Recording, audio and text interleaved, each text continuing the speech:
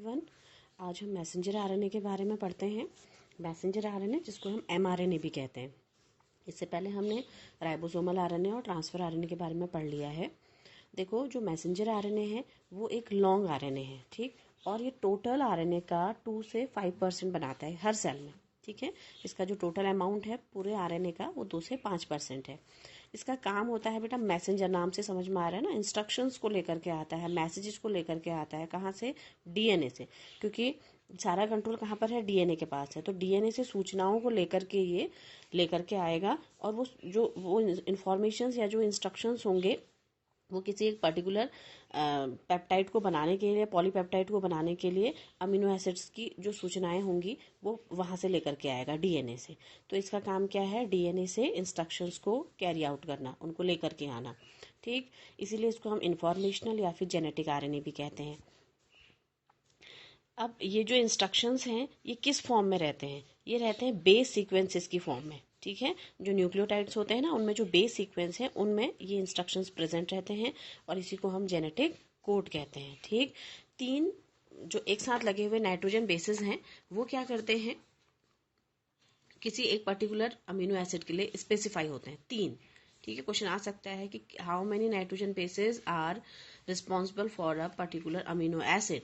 तो 3 addition nitrogen bases होंगे जो एक पर्टिकुलर अमीनो एसिड के लिए स्पेसिफाई होंगे। अब ये जो अब ठीक हो गया, वो नाइट्रोजन बेसिस तो आ गए। उसके बाद जो पॉलीपेप्टाइड्स बनेंगे, वो पॉलीपेप्टाइड कहाँ बनेंगे? राइबोसोम में, क्योंकि आपको मालूम है प्रोटीन फैक्ट्री तो कौन है? राइबोसोम है। तो प्रोटीन भी बनने का काम जो होगा वो कहाँ होगा? राइबोसोम में होगा, ठीक। ये जो है एमआरएनए का स्ट्रक्चर है, इसको मैं भी समझाती हूँ आपको। देखो, इसके बाद एमआरएनए जो है वो राइबोसोम के साथ अटैच हो जाता है, ठीक।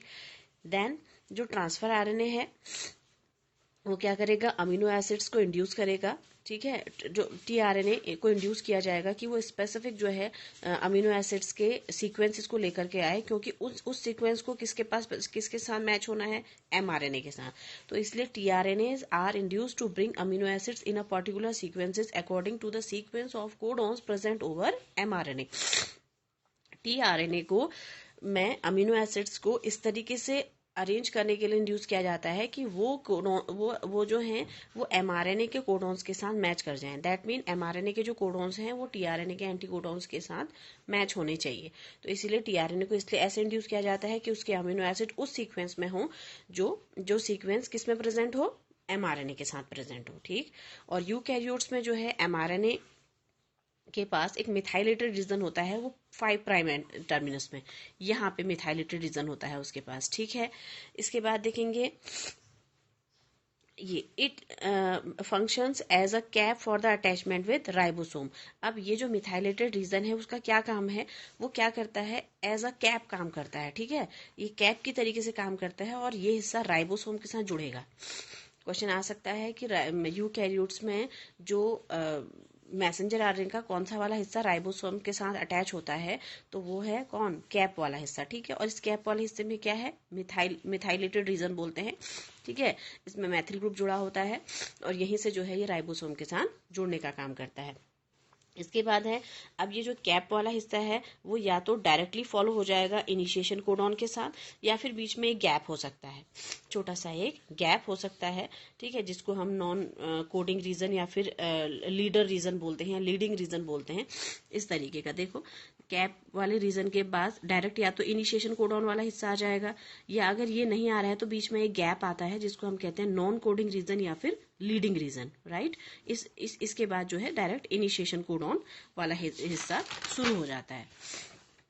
इसके बाद ये जो आपका then there is a coding region followed by the termination codon.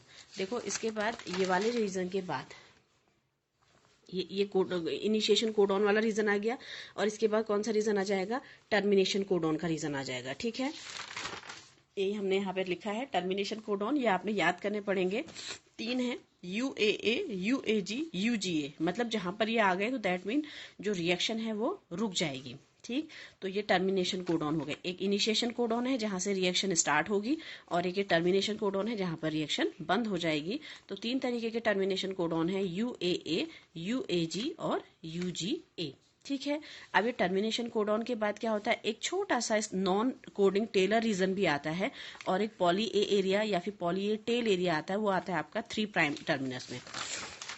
ये डायग्राम में देख लीजिए आप, पहले कैप रीजन आ गया, ठीक है, उसके बाद नॉन कोडिंग रीजन आ गया, फिर इनिशिएशन कोडॉन आ गया, कोडिंग रीजन आ गया, कोडिंग रीजन के बाद टर्मिनेशन कोडॉन आ गया, ठीक है। उसके बाद जैसे यहाँ पर नॉन कोडिंग रीजन था तो यहाँ पर भी नॉन कोडिंग रीजन आ जाएगा बीच में, और उसके बाद इसका टेल एंड आ जाएगा जिसको हम पॉली ए टेल कहते हैं। ये 3 प्राइम एंड में हो गया, ठीक है। इधर 5 प्राइम एंड में हो गया, और यहाँ पर जो एंड रीजन है पॉली ए टेल वाला एरिया वो टेलिंग रीजन में आता है जिसको 3 प्राइम एंड में होता है, और इनिशिएशन वाला हिस्सा कहाँ शुरू होगा, 5 प्राइम से शुरू होगा, ठीक। इसके बाद ये देखेंगे आप, both cap and tail protect mRNA from enzymatic breakdown. Question आ सकता है कैप रीजन और जो टेल रीजन है उसका क्या काम है एमआरएनए में, तो ये एमआरएनए को एंजाइमेटिक ब्रेकडाउन होने से बचाते हैं, ठीक। The leader and the trailer region are called UTR. जो लीडर रीजन है और ट्रेलर रीजन है, ठीक है, ये वाला रीजन, ये लीडिंग रीजन और यहाँ पर जो ये टेलर रीजन है, ये दोनों जो है इनको हम बोलते हैं अल्ट्रा अनट्रांसलेटेड रीजन। सॉरी, ये जो है अनट्रांसलेटेड रीजन है, इसमें किसी तरीके का कोई फॉर्मेशन नहीं हो रहा, तो इनको हम अनट्रांसलेटेड रीजन कहते हैं। एन एमआरएनए में specify only a single polypeptide और अ नंबर ऑफ देम। हो सकता है कि एक जो एमआरएनए है वो सिर्फ एक सिंगल पॉलीपेप्टाइड के लिए जिम्मेदार हो या फिर बहुत सारे पॉलीपेप्टाइड के लिए जिम्मेदार हो, ठीक है। तो अगर वो सिर्फ एक पॉलीपेप्टाइड के लिए जिम्मेदार है एमआरएनए, वो सिर्फ एक पॉलीपेप्टाइड बना रहा है, ठीक है, तो उसको हम कहेंगे मोनोसिस्ट्रॉनिक। अगर वो बहुत सारे पॉलीपेप्टाइड्स को बना दे रहा है, बहुत लंबी चेन, बहुत सारी चेन बना दे रहा है अमीनो एसिड्स की, तो उसको हम कहेंगे पॉलीसिस्ट्रॉनिक, ठीक। अब क्या फंक्शंस हैं एमआरएनए की, it carries coded information for translation into polypeptide formation. हमने पहले ही पढ़ा है, ये क्या करता है, डीएनए से इंफॉर्मेशंस को लेकर के आता है, कैरी करता है, कौन सी इंफॉर्मेशंस हैं वो, पॉलीपेप्टाइड फॉर्मेशन की, ठीक। Through reverse transcription it can form compact genes which are used in genetic engineering. अब आपको ये भी मालूम है कि कुछ आरएनए से क्या है डीएनए भी बनता है, तो उसको हम रिवर्स ट्रांसक्रिप्शन कहते हैं। तो इसमें जो है ऐसे जीन्स बनते हैं जिनका इस्तेमाल हम जेनेटिक इंजीनियरिंग में करते हैं, इसको हम बायोटेक में आगे पढ़ सकते हैं। It has a cap region for attachment to ribosome. और आपको मालूम है जो आपका एमआरएनए है उसके पास एक कैप रीजन होता है और उसी के थ्रू ये किसके साथ जुड़ते हैं, राइबोसोम के साथ जुड़ते हैं, ठीक।